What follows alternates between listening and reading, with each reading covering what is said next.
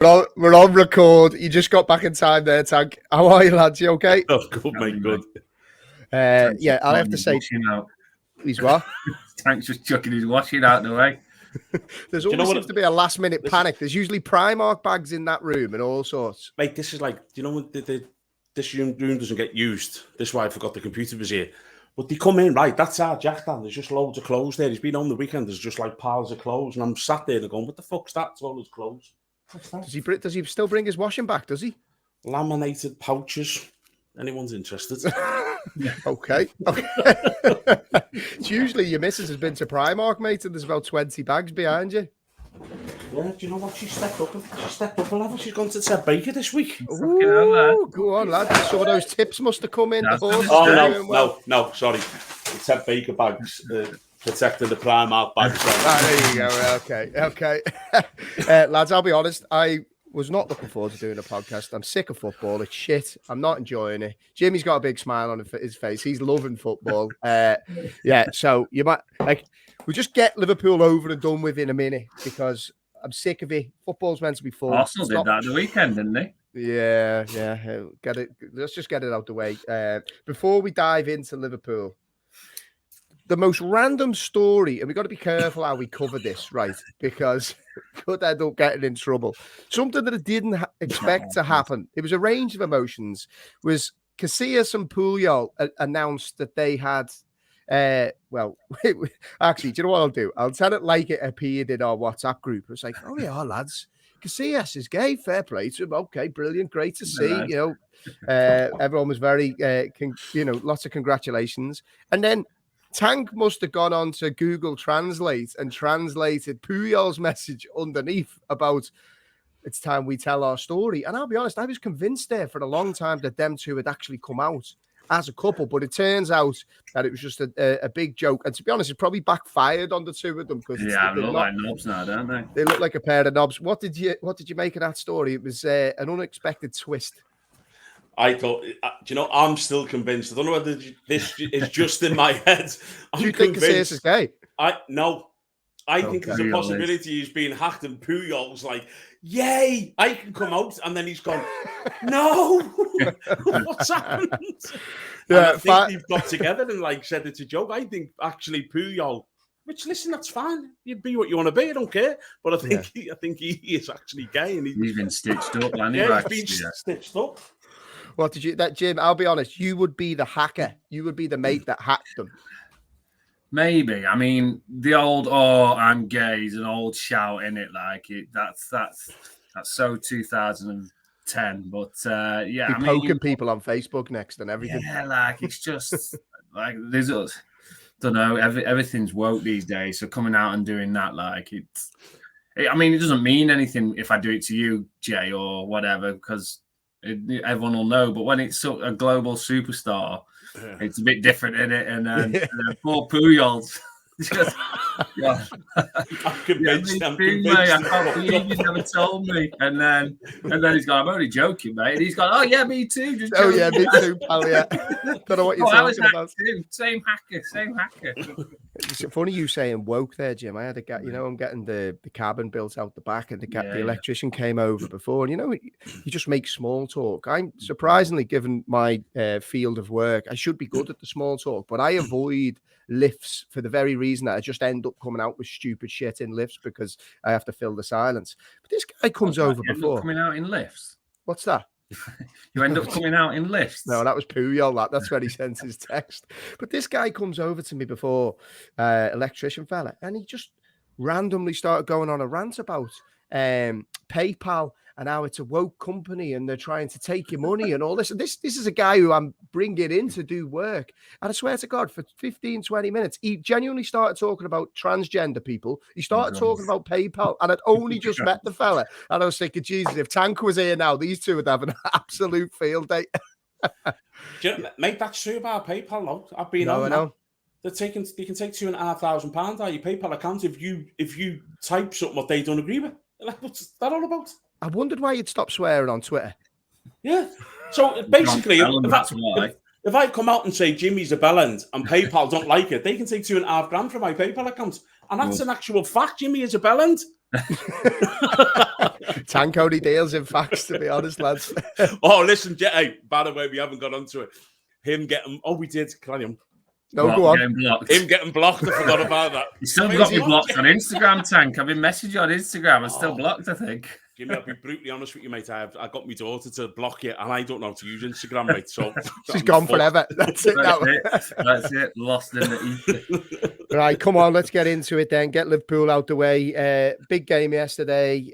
Arsenal versus Liverpool. Big game, I suppose, in lots of ways. One, Liverpool needed to bounce back and show a bit of mettle, but ultimately Arsenal, who are sitting, top of the tree, well, were second going into the game, but needed to bounce back after City getting a win earlier of the weekend. It was a big statement for Arsenal. They were coming up against a proper team. They've gone toe-to-toe with Manchester City, albeit they've been struggling this season, but Liverpool is still littered with a lot of quality players and can beat anyone on the day.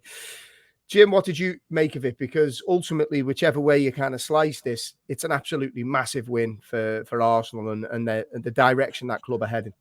Yeah, and I thought Arsenal were really good. To be honest with you, I was trying to sort the stream out here in the shed, so I missed the first goal. Literally flicked it on after 2 minutes. It was 1-0. I was like, "What the fuck?" It's the same goal Liverpool have conceded all season. Yeah, You didn't miss much. No, and then for the next 5 to 10 minutes, I thought they looked good, looked fast. They've got a system that seems to be working for them. They're playing to that system and getting the best out of all their players, and I think Arteta's got to be praised for that. From bringing in Jesus, what a signing that's been. Getting the best out of Martinelli, Saka looking very good on the right. So yeah, I just thought you've always got to question Arsenal. There'll always be question marks over Arsenal until the last game of the season. Or do they have that? Do they have the guts to take it all the way? But from now, I thought that was a game that they could easily lose. So the fact that they've won and looked good in doing so, it was a big statement for me from Arsenal. I have my own views, but I want to get Tank's version on it. I think, yeah. What's your reaction to the game, Tank? First and foremost. First, to be honest with you, I thought it was a very good game. I thought it was a good game to watch. It was end to end. Are Arsenal the real deal? Probably not. But that's a Liverpool side, and I know that you had a little spat at me in the WhatsApp group, Jamie. But this chucked his dummy out. Did I? Can't even remember. It was emotional yesterday. Fuck's sake, Tank, we're not Barnsley. Is that what I said? Did I say Barnsley? Oh, yeah. And then when I said to be honest, mate, Barnsley had beat us, you'd blank me. Did I? Yeah. I think that this, and I've been saying this for a while, particularly this season. It's all your fault with your fucking tweets being negative honestly, about Liverpool. It's all your fault. I only tweet and say what I see, mate. This is a Liverpool side on a rapid decline, in my opinion. And I'm being brutally honest with you, I don't see a way out, because the only difference for me between Liverpool and Arsenal yesterday was legs. We've got none. You go through that Liverpool side. For me, Diaz is not the trigger point for the press. He's not that type of player. I'm not saying he's lazy, but he's not that Mane, the explosive press. Salah, just God knows what's happened to Salah. And then when you look at the midfield, you've got Henderson, who has been an absolute unbelievable football player for Liverpool. He's gone. His legs are gone. You can't hide that. Thiago is not about that. And when Fabinho come on, he looked like a fucking 70-year-old drunk man. He looks like he's just shot. So from when I'm looking at that front six there, I'm like, there's the legs from Liverpool have gone. And I just think the way Klopp plays, the way he has Liverpool, and by all accounts and it's right. You train how you play, and I think for 7 years these players have been drummed into this, and they can't do it. They can't do it, and for me that is the biggest difference. Liverpool have got every bit as good a team as Arsenal, but we haven't no longer got the legs. And I've got stats here, but I'll go over them in a bit. Go on. For me. And I've harped on about it, and I'll go on about it until they either sell the club or fuck off out or put their hands in the pocket. It's all about investment. In the past 10 years... Oh, here he goes. Here's the stats. I've got them in front of you. Here he goes. In the past 10 years, Arsenal have spent £435 million more than us. Man United have spent £900 million more than us. Man City have spent £662 million more than us. Newcastle have outspent us by 150 million. West Ham have outspent us by 150 million. Chelsea have outspent us by 300 million. So you can't get it no matter what walk of life, what business you are involved, whether it be football or any. If you're at the top of your business or whatever you do, you can't just get there and go, unbelievable, we're at the top, job done, fucking brilliant. You can't do it. You have to invest, and you have to invest heavily in particularly in football. And then you could go on in the last 5 years, Arsenal alone have spent, they spent fucking 200 million this summer. Our net spend this summer, which I find it difficult to believe, we've spent 7 million. I thought it was the other way. I thought we're actually in profit for this summer. But you look at Spurs, you look at West Ham, Newcastle, Chelsea, Arsenal, Man United, Man City over the last couple of seasons, they've spent fucking huge sums of money. We haven't. And that is the whole difference. We've been saying for years and years and years, Liverpool needs midfield. Even when we were at the flying and winning everything and challenging for everything, Liverpool's midfield was always classed as workmanlike. They could do with some quality in that midfield. And that was when Henderson was 27, 28 at his peak. And yet here we are with still the same players. I think when I look at it, and the most telling thing yesterday, and this is me probably still with my Liverpool glasses on because I'm feeling a bit sorry for myself today, right? But I'm looking at that game and it just seemed two very different teams. So I actually thought Liverpool played well in the first half. I cannot believe that Liverpool have given away an early goal and conceded first again. That to me is telling. How can that repeatedly keep happening? I think it was Henderson and Thiago both vacated space in the first couple of minutes, and Arsenal they had 2s and 3s lining up on the right hand side. I just don't know why. You know as well as I do, Tank Jim. You start a game. You've gone away to Arsenal. Don't give the crowd something to cheer about. Keep it solid for 10 minutes. Feel your way into the game. It's the old shout, isn't it? It's the old shout. Keep it tight for the first 10. See what kind of every level goals and losing matches. Do not let the crowd get up. Liverpool done that, but then to be fair to the credit, I actually thought Liverpool responded really well. I have to say some positives. I'm going to give Núñez some credit because I actually thought he was excellent. I thought he was excellent, but not just his runs, which I think he's getting a lot of credit about his runs, and it's clear to see his runs are quality, but his hold-up play, he was occupying 2-3 lads. He was really good, like genuinely as a number 9 in that team yesterday. He scored a goal.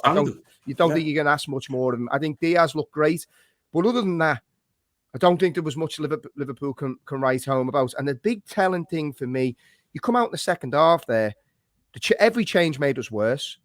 We looked like a team that is on a downward trajectory. Arsenal look like a team that are young, fresh, with a point to prove. I think I tweeted something yesterday. Diaz and Núñez were the two standouts. They're two young players with a point to prove. Liverpool don't have any other players with a point to prove at the moment. Everybody else seems like, whether it's they're smelling themselves, whether they've been run into the ground, but something fundamentally has changed within this Liverpool team where, I think it's only the Bournemouth game, who are now above Liverpool, by the way, the Bournemouth game, where Liverpool have had any type of control. If you look at the games Liverpool have won, it's been last-minute winners where we've been hanging on at the end of games. Liverpool have not controlled any of their games that they've played this season, bar the Bournemouth one, unless I'm forgetting something. It just seems like they make hard work of everything. And that, whoever wants to go first here, Jim, you can, Tank, you can. What, as an outsider looking in, Jim, what is that? Like, how can the decline be so steep? I just don't get it. Or are we being over the top?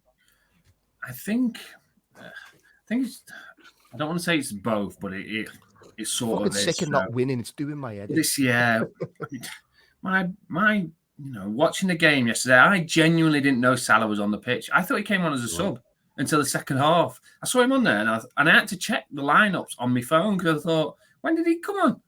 So, I just think, Henderson, I felt he was getting too involved with things because he wasn't doing it football-wise. He thought, I'll get involved here with Arsenal and put it about a bit, and then I might get some brownie points. But ultimately, he's put him in the shit, hasn't it? Well, he's gone and said something that he probably shouldn't have said, and we will find out what that is in due course. But I just think that one, everyone's got better, and you've probably stayed the same. So where you were so far ahead of everyone, you've probably stayed the same now. Maybe reduced a little due to lack of legs, lack of investment, and everyone else has started moving up there with changing styles, with investment into the playing squad. You'll always stagnate like that. You know, look at Poch when he was at Tottenham and he was flying, and then he didn't buy anyone. Good example. Didn't buy anyone, and look where he ended up, on the sack.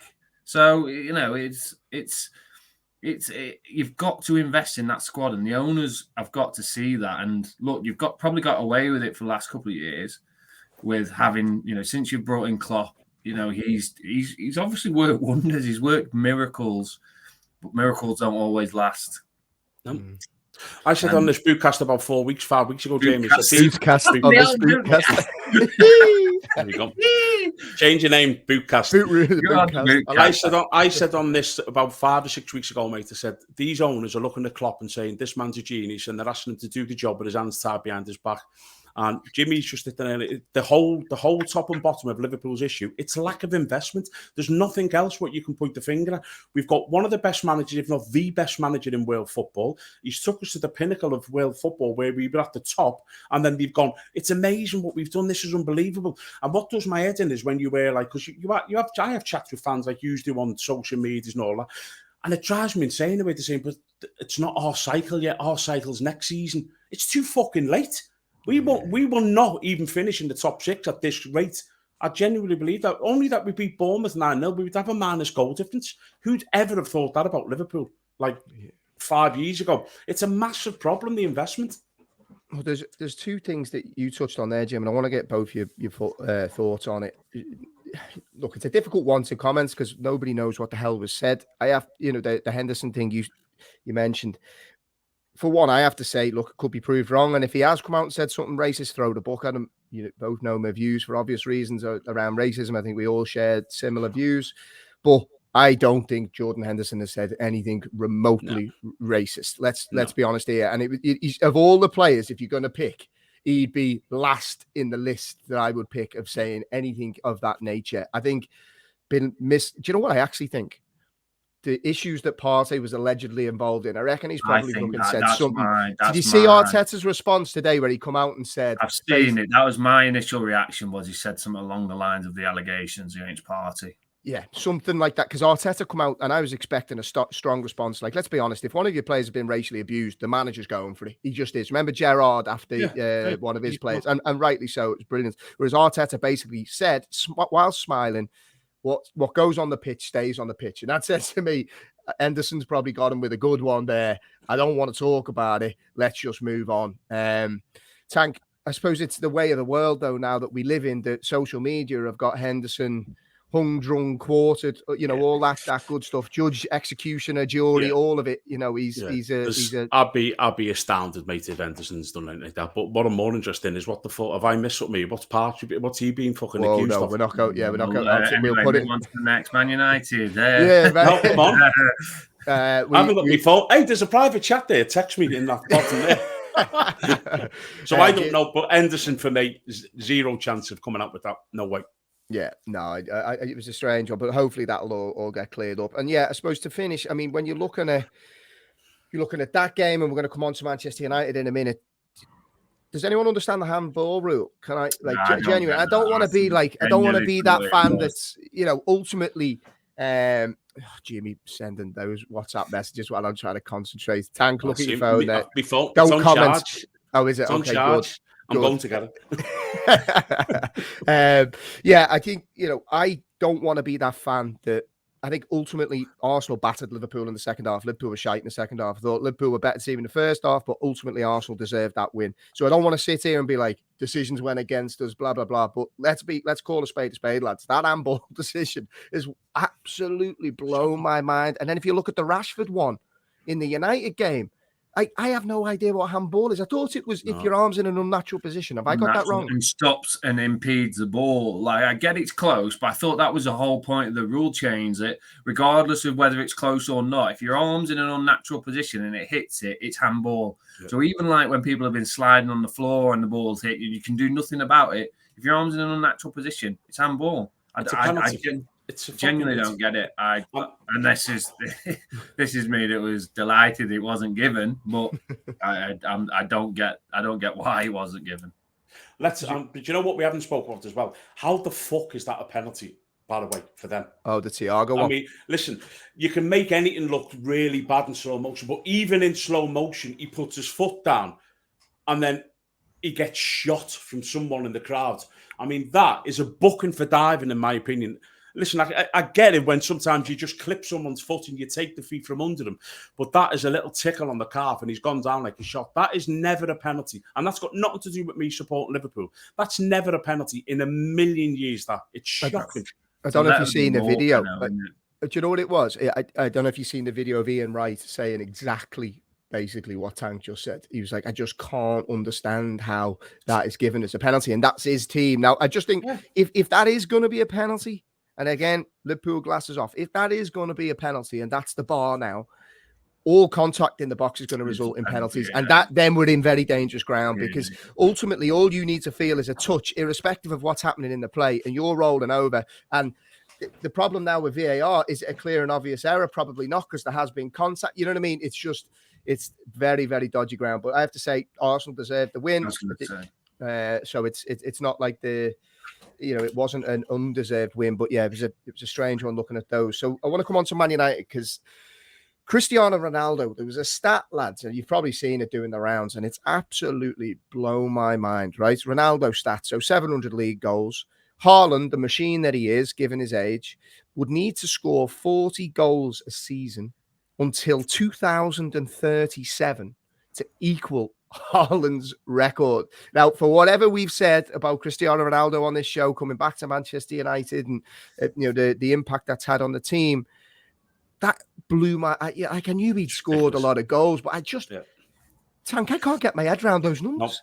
No. Well, I was watching Graham Souness on there TalkSport before when he's seen that, and I think it was 43 goals in the next 16 seasons he's got to score. Now, no matter how good he is, he's not doing that. So that just tells you the stats where and I mean, it's absolutely mind blowing. That'll surely never be beaten. No matter how good Haaland is, he will not score 43 league goals for the next 16 seasons. No chance. That's what I was going to say to you, Jim. Where, do you think do we, everyone talks about Messi, Ronaldo, everyone's got their favourites, all that type of stuff. Do we underappreciate just how good Ronaldo and Messi have been? Because when I seen that number, everyone's talking about Haaland, and then it was put into context of the longevity, the quality, the numbers. That sure, apart from Pele and his blag counting of school goals in the yard, you know what I mean? That won't be beaten, surely. Can we just talk around Tank watching Graham Souness on TalkSport? You watching the radio, mate? What, you got nothing better to do?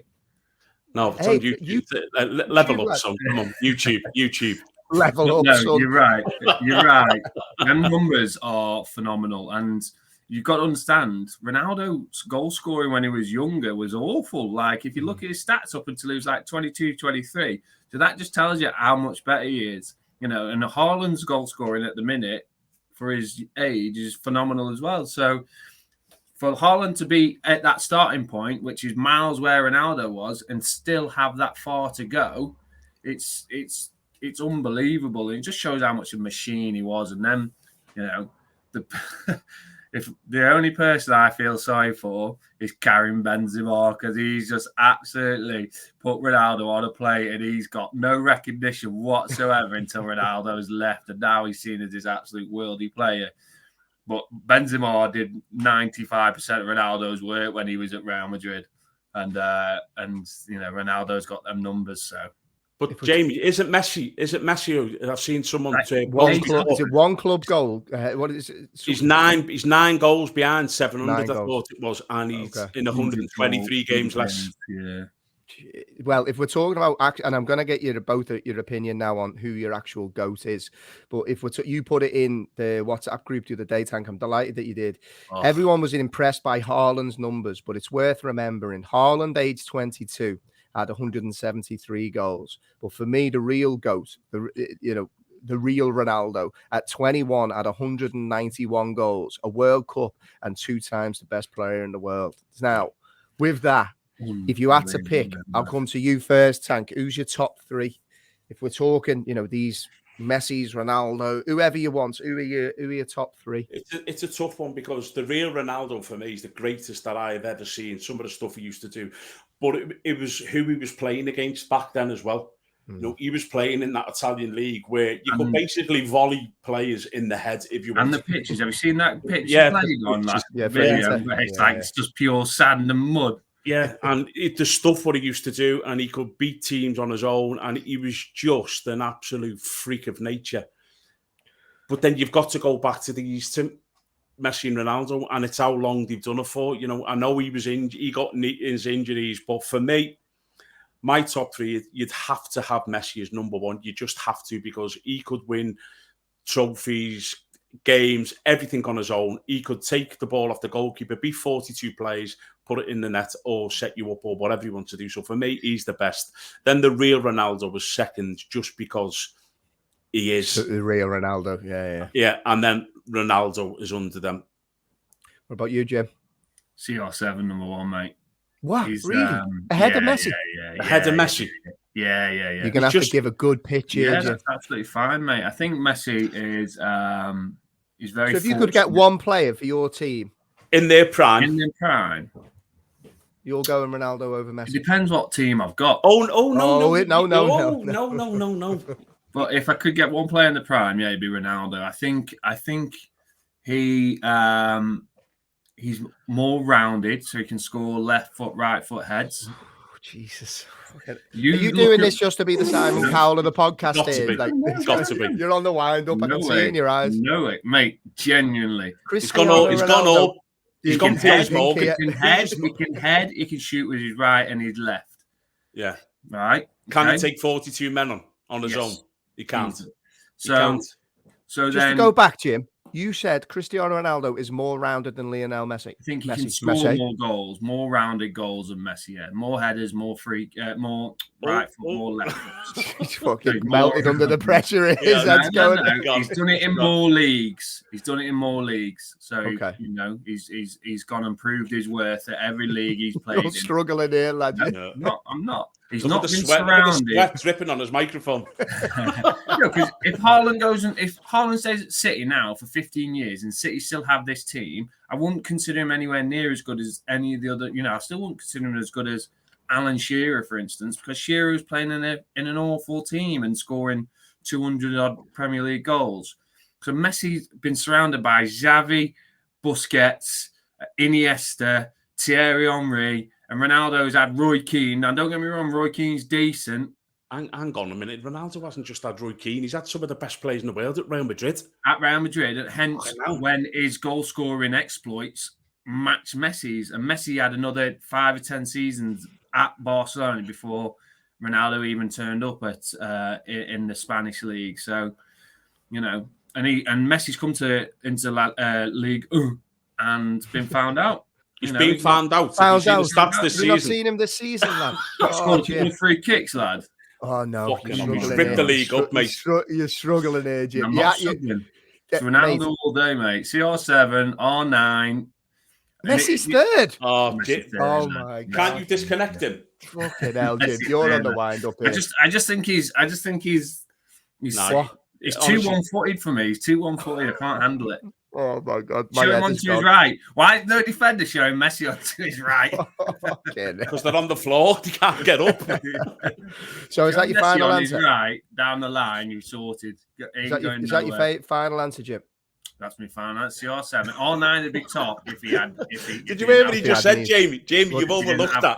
Go on, what did he say at the end? Some of the greatest managers in the world ever need to take his advice. He said, all you've got to do is show Messi on his right, show him down the line. That's all you got to do. Why is no one doing it? The Mike Bassett of football shout here. Fucking show him to his right. Show him down the line. Hit him early, lads. For the record, I'm actually agreeing with Tank on this one. I'm going Messi first, R9 second. I just think me and my son actually yesterday morning were watching videos of Ronaldo, and he was so explosive. He had skill. He had power. Like he just every finish, he just smash with unbelievable accuracy. And you think about it, he came back with dodgy knees and still delivered. Like, I just think if that player could have stayed fit, he's one of them. It's a crime against football that he wasn't around for longer. So yeah, I'm going Messi. I think the thing that's even bowled me over more with Messi, I know you were saying he struggled, Jim. I think he struggled when he first went over. But now this season, it's like it's Messi, the creator. He's adapted his game. And don't get me wrong, it's not exactly a strong league, but you see the things that he's doing with the football, the link up now that he's got with Mbappe and Neymar. I think Neymar's game's gone to another level this season. I don't think it's any particular coincidence. I just think Messi was born to play football. And I think Pep, who knows a thing or two about the game, said it perfectly when he was talking about, I said it last week, didn't I? Haaland needs his teammates to score goals. Messi doesn't need anyone. And I think that tells its own story. Jim, we're going to come on to your topic next, because we always have a little chat about what topics we want to talk about. And we've got some friends that are Bournemouth fans. We spoke about Liverpool before, beating Bournemouth 9-0. And since that defeat, Liverpool now sit below Bournemouth in the table. So tip of the hat to Gary O'Neill. What a bloody job he's done there since he's gone in.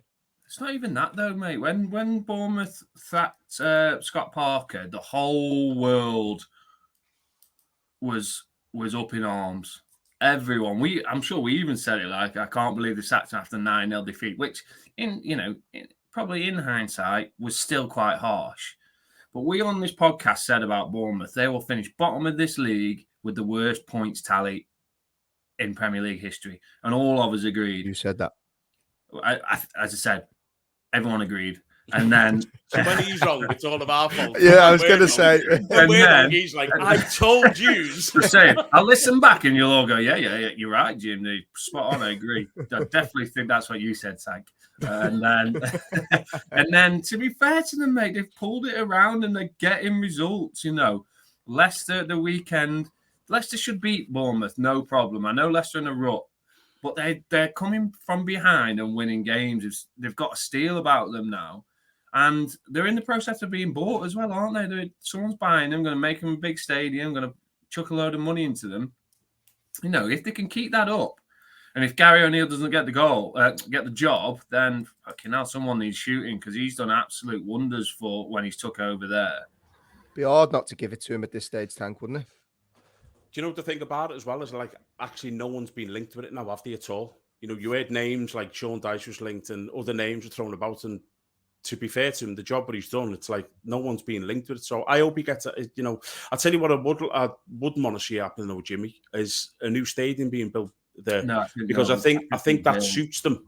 Yeah, like the small compact stadium. Yeah, they're not going to get massive. I think they only get 11,000 now, don't they? 18, I think it is. Is it? But it's like, it's one of them places where you kind of like that little small compact suits them. It's to build a big stadium. I think there's holes in the corners, isn't there? So they'll fill in the holes and then build up maybe. But I was going to say, Tank, I'm like you with new stadiums. I look at the Emirates; it looks amazing, but I love your kind of old school. Like, you look at Everton, right? Perfect example. Everton. I think they suit Goodison Park. It's like a cauldron when that place is rocking. But I have to completely and utterly discredit the point that I've just made here. And when I was back home last weekend or the weekend before last, I had a look at Everton's new stadium. I tell you what, that's going to be... it stinks of shite around there. And I'm not just trying to be funny there. It literally smells of poop because it's by the docks. But look, that's about the only negative thing I can say about it. It looks unbelievable. So I think the key is trying to find the balance. And I think the team that have done that the best have probably been Spurs. They've built an unbelievable stadium that seems like it retains atmosphere. Like, it's absolutely class. Yeah. And it'd be good to see a club like Bournemouth getting that type of investments and getting a good go with it. Look, they're a good club, and if he's going to invest the money, they remind me a bit like Norwich, where they're quite happy to spend a couple of seasons in the Premier League, drop down, get promoted, but always keep that TV money revenue coming in from the Premier League. But look, if he's going to come in, it's a lovely part of the world, isn't it? So, it'd be nice to see them get as I say, I wouldn't want a nice big new stadium if they just kept it as that, because I don't even think they'd fill it with 30,000, Jimmy. If you've got friends down there, I don't know, but I don't think they'd fill it. I don't know. I'm thinking sort of 20, 25,000. Yeah. Because don't forget, that's still a lot of revenue for Bournemouth, plus all the TV money. Like a Brentford type thing. Yeah, like, you know, and I hope they do well, to be fair. The only reason I'm saying that, I've got no affiliation to Bournemouth or whatsoever, but I just You've felt got affiliations to every single club in the league at this stage, Jim. There's someone. But I just felt that there was media outcry when Scott Parker got sacked, and then, you know, everyone was saying how bad they were after that 9-0. And I watched them against City the week before, and I get it's against City and Liverpool, but they looked awful. So fair play, got Solanke back fit, keep scoring goals, and hopefully they'll be all right. Now, there's a couple of topics I want to finish on before we get Tank's predictions for Forest versus Villa later on tonight. Lads, have you seen the Crystal Palace documentary? I think it was called, what was it, Football Dreams? Is this the Academy one we were talking about? Were we talking about this? Yeah. Have you seen it? I've not seen. I've seen it advertised, but I will watch it. You have to watch it, right? So I binge watched it with my son and actually my missus. My missus watched it with us, and it was basically following all these young lads, right from under 7s, 8s, right through to the 16s, getting pro deals. You know, younger lads getting their 2-year contracts, their contract extensions, and it blew my mind. And Tank, I wanted to get your steer on this because obviously you spent a lot of time around the academy systems. Jim, your son is now entering into academy systems and obviously been around it as a player. The one thing that struck me in this documentary, and Tank, you have to watch it, is the parents. The parents of the kids. So they don't just tell the story of the kids that are playing, but also the backstories of the parents and basically how for a lot of these kids, maybe in built-up areas, you know, they're struggling kind of economically. You know, it's a tough time for them. It's nearly a way out. These kids are seen as a way out. The pressure that's put on the kids' shoulders at a young age, then the parents are infighting and looking after their little Timmy or Tommy and trying to get him pushed to the front. And Tank, what's been your experience in and around the academy system? Because it was a real eye-opener for me for just how much pressure is put on these young kids, but also just what a negative impact the parents can have on their own kids' development. Yeah, to be honest with you, you've got to, as a coach, like I done the 16s of Burnley, the 15s and 16s, and as a coach, you have to set your stall out very early. You know, if it's a new season, you set your stalls out with the parents. Just like we used to have meetings and just say, there's no input from the sides. We coach your kids. Once you hand them kids over to us, they're with us until they hand to you back in the car. But Burnley were quite good with, like, you know, with the player liaison officers and all that. And they'd like explain and sit with the parents and have meetings with them and say, look, this is how we expect you to behave with your child. So nearly coaching for the parents. Well, yeah, you can, because, you know, and I've seen it done before where on the way home in cars, you know, the kids, I always used to say, these kids know when they've not played well in a game. It doesn't take the dad to be drumming into them parts of the game where they were shite in the car on the way home, because that's just like destroying the kid completely. Well, I'll have to watch that. I'll tell you the quick point. I was just watching Jack. Here's a quick point for you. These Burnley were playing against West Ham just before lockdown. It was fucking freezing, and we were playing at some university. I don't know why we were playing it, but we were. And West Ham were playing, and the West Ham had this big, tall centre forward, big black boy, fucking big, powerful kid, but a good player as well, by the way. And there was obviously his dad stood near. I was with Sharon, and I was talking to one of the Burnley like people who work at the club. And he was barking at his son. And anyway, there was a bit of a scuffle with two of the players, a Burnley player and another West Ham player. And his son just went over because he was a big strapping lad, and he just gone bang, bang, get out of it. And then the Burnley lad, the centre-half, wrongly like pushed him. And he's just come in, he's just grabbed him and kind of like, this kid was a monster, by the way. And he's kind of just gone like that. And wrongly, the referee sent him off because he had hold him, but just dismissed him. So as they walked off, I actually didn't see it, but I heard, and my missus was nearly crying. The dad stood to the kid and was punching him, and he hit him with the most. I heard the crack, the most mercy crack I've ever heard in my life. And the kid was like, he just went whack. And the fellow who works at Burnley was like, oh my God. And we reported it and like to West Ham, and he went, because we're getting the police involved. And you know West Ham. dropped it. Really? So I won't say a name because please think don't. I might be wrong. The welfare officer at Burnley left over this. I might be wrong, but she left very soon after this. She was disgusted in West Ham because she got told off the record that they don't want to upset him in case they take the kid away because he's that good. Really? So West Ham were quite happy for this kid to get completely and utterly abused, and his dad was a monster, by the way. Yeah. But he slapped him and like nearly, I mean, it knocked a normal man out. And so you talk about like players and parents, clubs are exactly the same.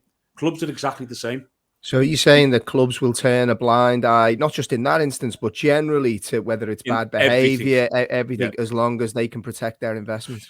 If clubs have got an absolute wronging of a player who causes major issues, but he's got a chance to be the next whoever that club is, they will turn blind eyes. And I just think it's wrong.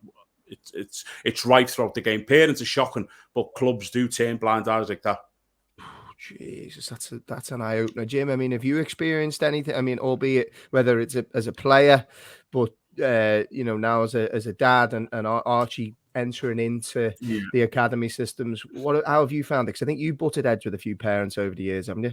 I have, yeah, but like not at the academy level, but not from a point of view. It was, there was people moaning about Archie, and so I was like, you don't need to say that. And then it was just so they're moaning about someone else. So okay, I mean, it's got some context, but I'll tell you. So we used to play 2 teams. So we had 8 aside. Well, it was 5 aside, but we had 1 goalie, and then 2 teams of 4 out players. And they split it into 2 teams. So 4 lads would play together, and then 4 lads would play together afterwards. Okay. So Archie and another player would play with 2 of the lesser ability players. And we're playing a team, and Archie gets the ball, and Archie's quick. He's fast. So he gets the ball and he runs and he knocks it. Now, the other kid is up front, but Archie's got the ball and he's running. So he's kicked it, and then as he's running towards the ball, their parent is shouting, pass, fine. I don't mind that, right? And then Archie's gone. As he's gone to get the ball again, one of their players come out and wiped Archie out, okay? Wiped him out completely. And the parent of the other player who was up front went, oh, for fuck's sake. And I went, what do you mean? Like, hang on a second. So, and then it kicked off over that. And then after, it was just what was their issue? So they weren't, I think they wanted him to score. They were very wanted him to pass. They wanted him to pass. They wanted him to score. He would have passed it. Because that's what he's like. But he got took out. He got fouled, so he couldn't have passed it. And then it kicked off a little bit, and I was like, oh, whatever. And then it died down. The coach had a word with us, and then it died down. And then walking towards the car, the coach, the guy was walking next to me. He was like quite close to me. So I think, oh, he's going to apologize here. And he leans in and goes, fucking, you talk to my wife like that, I'll knock you fucking out, or something like that. I was like, Archie stood next to me. His son's like, mate, come on, like, just give it a rest. Like, so that was the context of that. I wasn't doing it just like, but you're right in like parents, and I must admit I was pretty bad. And the issue that I've got, and that I don't know, other parents can't do that. I've never been able to separate my ability and other people's ability. So I think other people should be on the same level that I'm on. You used to do that pretty well with me. I'm not saying you're up there. I'm not saying I'm up there. What I'm saying is I expect people to be able to do things that I might be able to do. I'm expecting Archie to be able to do things that I can do. But I'm 36 years of age and he's 9. Yeah. So I've had to wind that in a bit. And that's my issue. But from another parent's point of view, I don't think they will have that sort of, because looking at the parents, not a lot of them will be past footballers or played at a decent level. So the issue you've got with football is it's a working class game. So most kids are from a working class background, and parents see, once they enter that academy, they see it as their way out, and the kid's going to go and do this, and they install all their their hopes on that kid in getting into professional football. And it's not going to happen, because you've got 1% unless you're outstanding.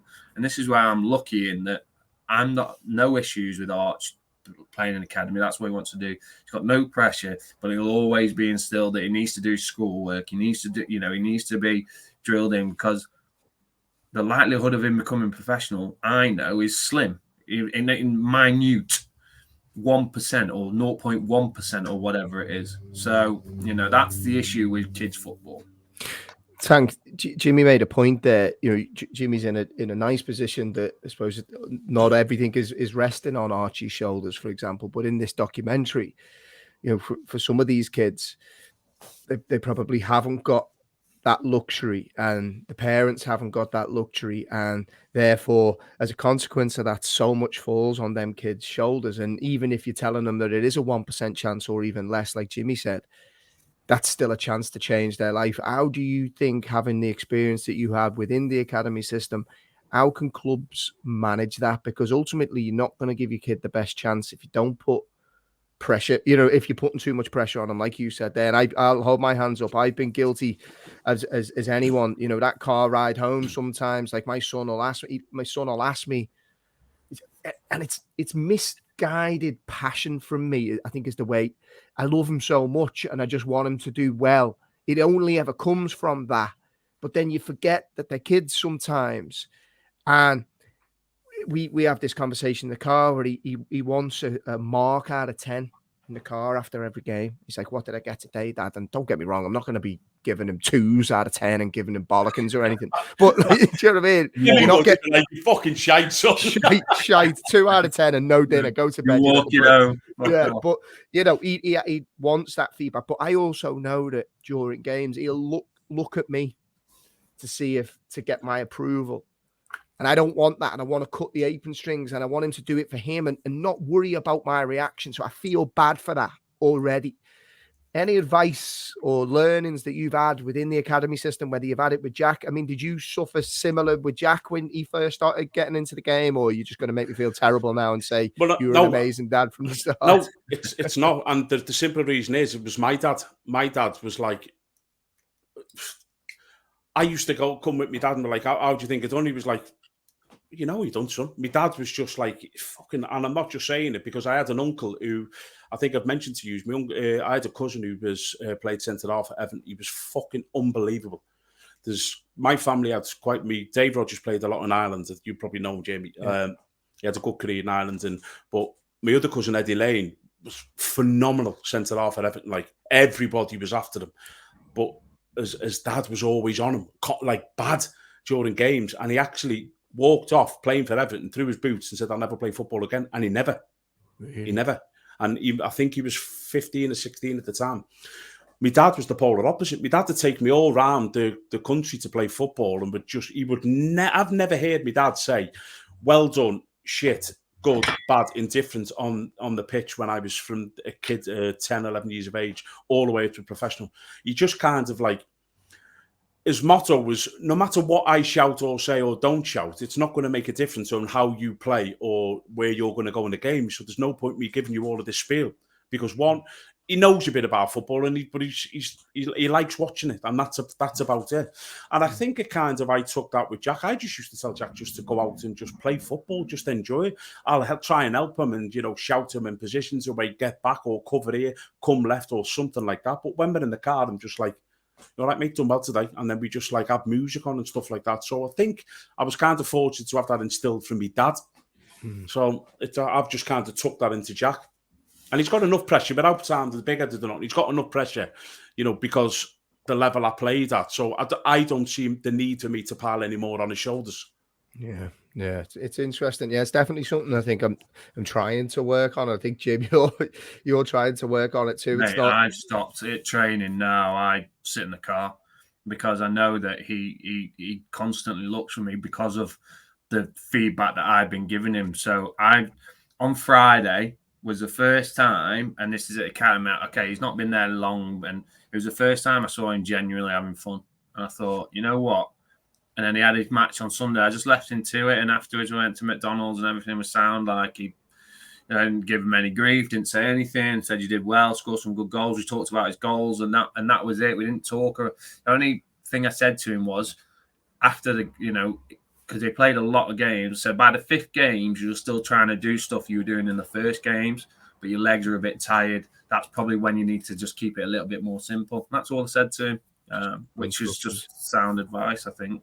Yeah, this is definitely something I want to revisit again because it's something I'm passionate about. And I actually sent Tank. Did you get a chance to watch that game? If you didn't I sent you the link. Remember to? Yeah, I'll have to. No, I haven't watched. But I will watch it. You're a fountain of knowledge when it comes to kids football. So have a watch when you get a chance. Right, lads. We went over time. I got onto a topic that I wasn't planning to get on, but yeah, that's something that I definitely could talk about all night.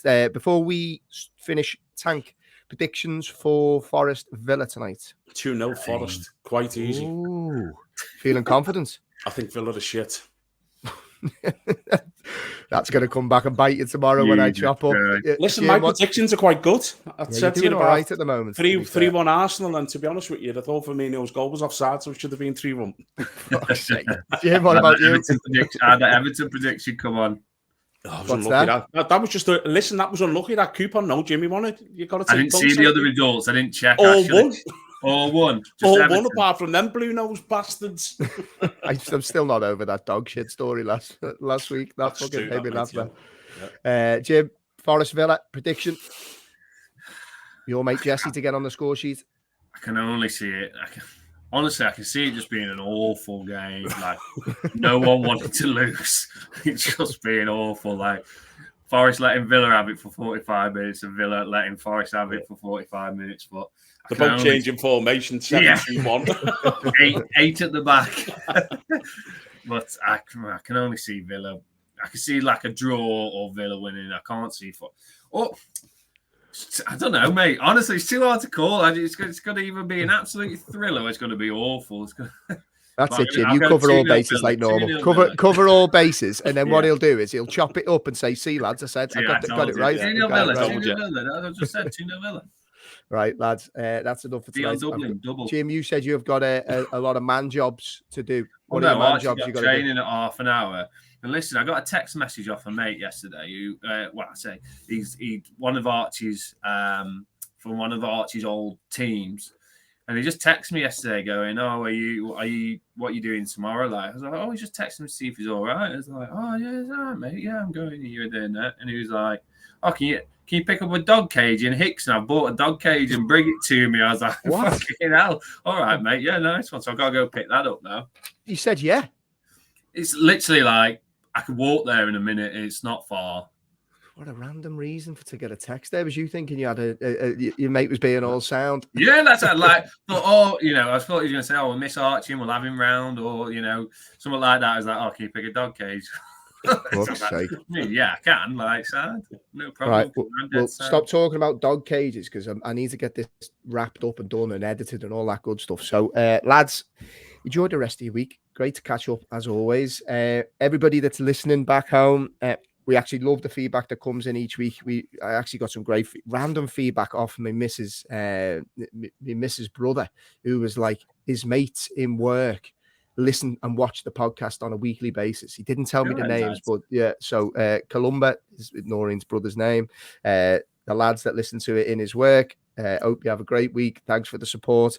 If you haven't subscribed, all that good stuff, can you please subscribe on YouTube, subscribe on wherever you get your podcasts, or just tell a mate, send the link to a mate. We're trying to grow the podcast. The numbers are great. Get the retweets out. Get the retweets going, all that. And as always, send us your feedback on social media. But most importantly, make sure you have a fantastic week. Stick with us, and we will be back with you again next week on the Boot Room Podcast. All the best.